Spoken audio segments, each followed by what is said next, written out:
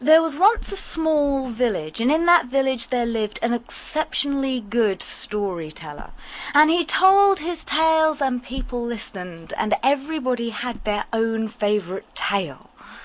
And it didn't matter how many times they'd heard him tell it before, they would beg for more and more and again and again. And so he would tell his tales. But after a little while he thought, if I'm this popular in my village, I might do really well if I go elsewhere.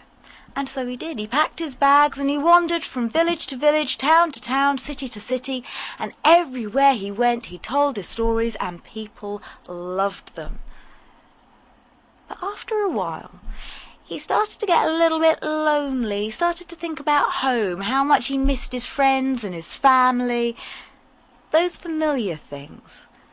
And so after weeks, months, years of being on the road, he decided to return home.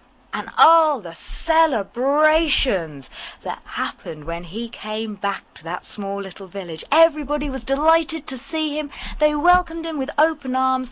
And that night they were going to have a feast. And the best of the feast would be given to the storyteller, and he would tell his tales. And so they ate and they drank till their bellies were full and tight. And by the fire, as it roared away, the storyteller stood up and started to tell his tales that he'd shared with that village long ago. But as he told his tales, the strangest thing occurred. Although everybody clapped and cheered at the end of them, people murmured, "Oh, I really like that one. Cassandra tells that one. Oh, that's especially good. That's one of my favourite of Peter's. Oh, I particularly like that one. Bob does a really good version."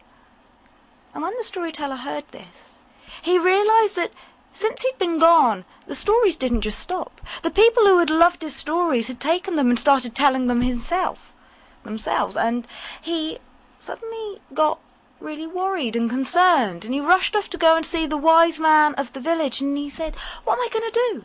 Everybody's taken my stories. They belong to me. How do I get them back?"